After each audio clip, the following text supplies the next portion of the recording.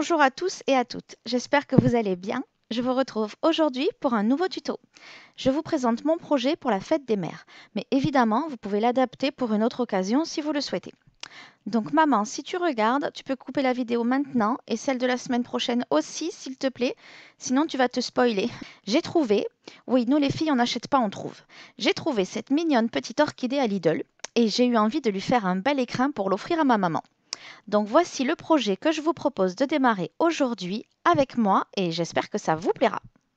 Donc ma petite fleur mesure en tout 30 cm de hauteur à peu près et le pot fait 7,5 de diamètre au plus large par 7,5 de hauteur. Allez hop, c'est parti.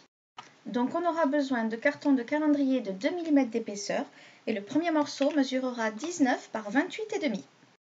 Donc je vais tracer un repère à 3,5 cm des bords en haut à gauche et à partir de là je vais découper un rectangle de 10 par 15 cm dans mon carton. On aura également besoin de 2 morceaux de 8 par 28,1, 2 morceaux de 19 par 8, 2 morceaux de 24,5 par 8, 2 morceaux de 15 par 8, 2 morceaux de 28,3 par 2,2 cm, 2 morceaux de 19,2 par 2,2 cm. Et en dernier, on aura besoin d'un morceau de 12 par 16,5 et deux petites bandes de 15 par 1 cm et une de 12 par 1 cm. Voilà, je pense que vous avez du pain sur la planche pour découper tout ça. Moi, je vais commencer par découper mon cadre ici et puis on va commencer le montage de notre joli cadre.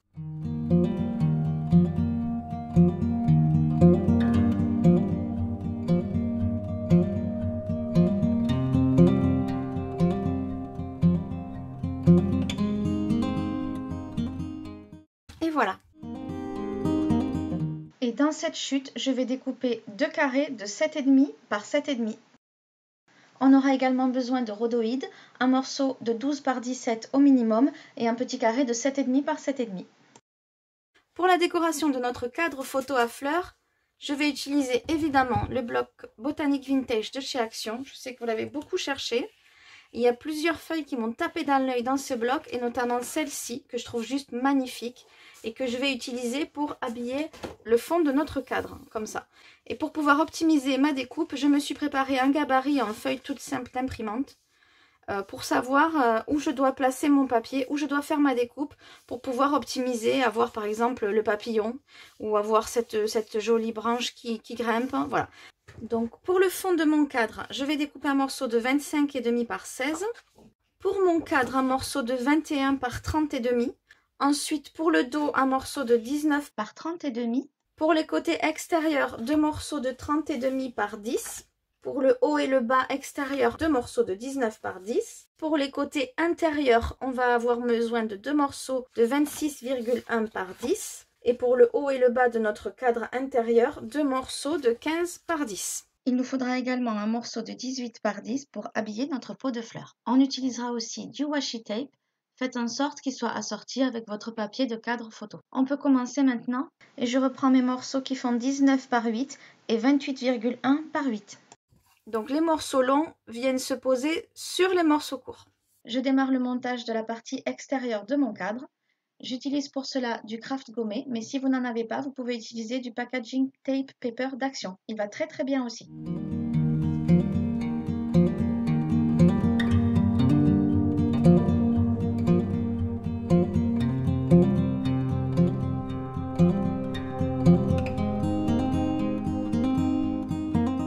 Ensuite, je reprends mes cartons qui faisaient 15 par 8 et 24,5 par 8 et je vais faire la même chose que pour celui-là. Sauf que cette fois, c'est les morceaux courts qui se posent sur les morceaux longs. Et voilà ce qu'on obtient.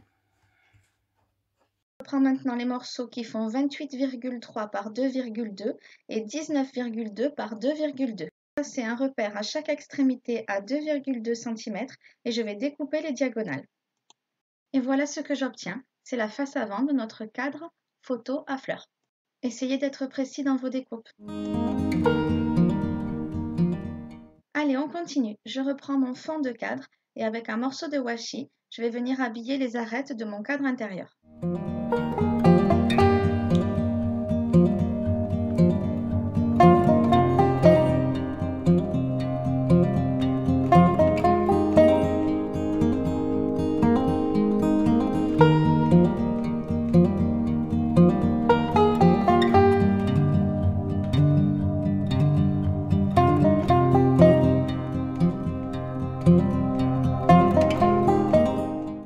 astuce, si votre washi tape n'est pas très large comme le mien, je l'ai maintenu avec du scotch. Je sais que c'est pas très écolo, mais au moins j'étais sûre que ça resterait en place.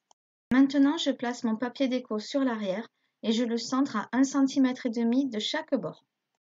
Je le fixe avec du washi pour qu'il reste bien en place et je le retourne.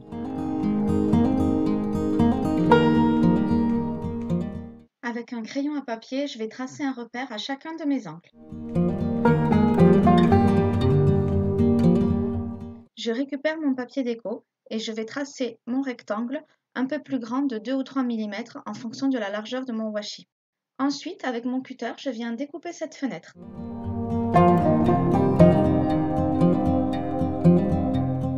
Je conserve précieusement la chute puisque je m'en resservirai tout à l'heure. Et on va pouvoir venir coller notre découpe sur notre carton. Je trace rapidement un petit repère pour savoir jusqu'où je dois étaler ma colle. On pense bien à ancrer nos bords et je le mets en place bien centré par rapport à mon cadre. Maintenant, je reprends le grand cadre que j'ai monté tout à l'heure en premier et je vais venir le fixer sur mon carton. Pour cela, je commence d'abord par coller le haut et le bas qui sont les côtés les plus courts et les plus faciles.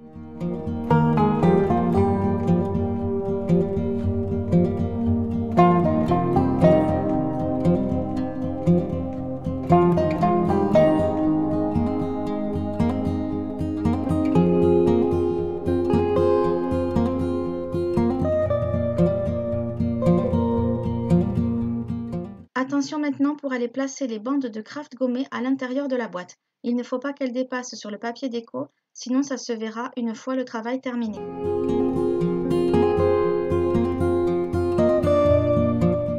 Je colle également un morceau de craft gommé à chaque angle pour les renforcer.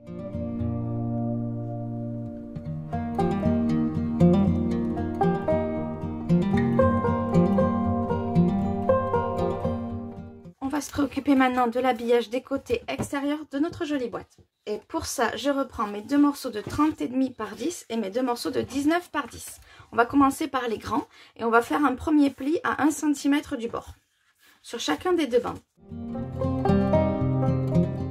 Je vais venir coller cette partie ici.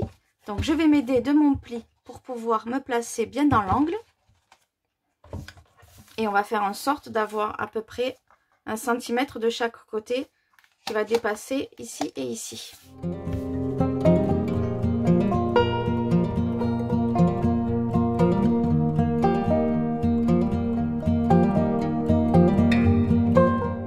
Ensuite, je peux rabattre le morceau qui est en face.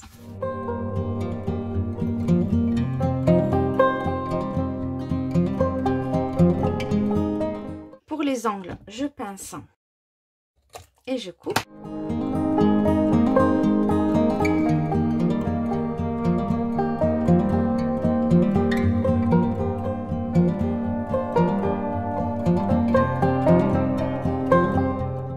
Une fois qu'on a préparé ces biseaux des quatre côtés, on peut d'abord rabattre les petites languettes et ensuite évidemment les grandes.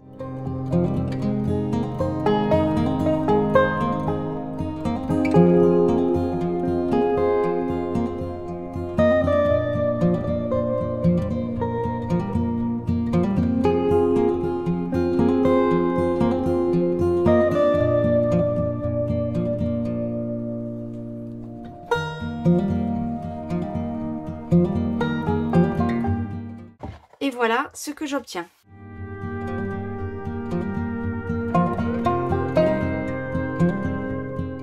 On fait maintenant exactement la même chose de l'autre côté. Et voilà avec le deuxième. Maintenant, avec les deux autres bandes de 19 par 10, je vais venir habiller ici le haut et le bas. Pour m'aider à positionner mon papier, je vais faire un pli à 1 cm en bas. Je coupe aussi un petit biseau de chaque côté. Surtout, je pense bien à ancrer mes bords.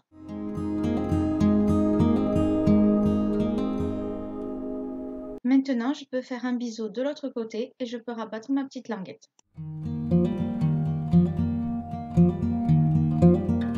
Et voilà ce que j'obtiens. Vous avez deviné, il faut faire la même chose de l'autre côté. Voilà, on va s'arrêter là pour aujourd'hui. On a déjà bien avancé. Si vous avez aimé la vidéo, vous savez que j'adore les petits pouces en l'air. Vous pouvez me poser toutes vos questions en les postant sur la page Facebook de Delacole plein mes doigts ou dans les commentaires de la vidéo. J'essaie de poster une vidéo chaque semaine, alors pour ne rien rater, vous pouvez vous abonner à ma chaîne et activer la petite cloche. Et ça se passe juste à gauche, c'est maintenant. Quant à moi, je vous retrouve la semaine prochaine pour la suite de notre magnifique cadre photo fleurs et d'ici là, portez-vous bien. À bientôt, au revoir.